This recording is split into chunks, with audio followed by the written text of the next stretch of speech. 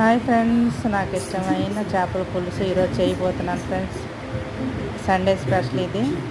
ఎప్పుడు chicken, biryani, mutton ఇవే తింటున్నాం కదా. ఈరోజు అయితే చేపలు తినాలనిపించింది, చేపలు తెప్పించుకున్నాను ఫ్రెండ్స్. అన్నీ కట్ చేసుకున్నాను. ఆనియన్స్, పచ్చిమిర్చి, ఉల్లిగొందు అన్నీ కట్ చేసి ఉంచుకున్నాను.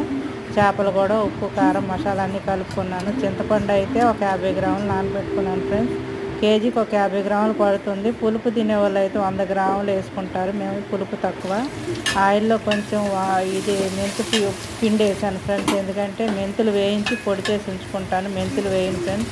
మెంతులు వేసిన తర్వాత ఉల్లికాడలు, కరివేపాకు, కొత్తిమీర, ఉల్లిపాయలు అన్ని పచ్చిమిర్చి వేసి వేయించిన తర్వాత చేప ముక్కలు కూడా వేసి దాంట్లో కలిపి పులుసు పోసుకొని ఒక 15 నిమిషాలు ఉడకనియాలి ఫ్రెండ్స్. 15 నిమిషాలు ఉడికిన తర్వాత కొత్తిమీర జల్లుకొని కొద్దిగా సిమ్లో పెట్టుకొని ఒక 2 నిమిషాలు ఉంచుకుంటే చేపల పులుసు రెడీ అయిపోతుంది. చాలా బాగుంటుంది ఫ్రెండ్స్. పిల్లలైతే చాలా ఇష్టంగా తింటారు చేపల పులుసు.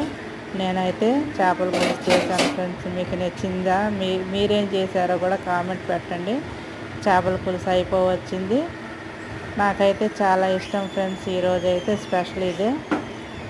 చూసారుగా, చేపలు ఎక్కువసేపు ఉడకపెట్టకూడదు ఫ్రెండ్స్. ఎందుకంటే ఎక్కువ ఉడికితే ఇరిగిపోతాయి, టేస్ట్ కూడా మారిపోతుంది. పెద్దవాళ్ళు అంటారు కదా, మాంసం ఉడక చెడింది, చేపలు ఉడికి చెడ్డాయి అంటారు. అందుకనే చేపలను ఎక్కువసేపు ఉడికించకూడదు. అది 15 నిమిషాలకు మించి ఉడికిస్తే ఊడిపోతాయి ఫ్రెండ్స్. చప్పదనం వచ్చేసింది, ముక్క బాగోదు. మీరు కూడా ఇలా చేసుకోండి, తినండి, లైక్ చేయండి, షేర్ చేయండి, కామెంట్ పెట్టండి ఫ్రెండ్స్ ఎలాగుందో.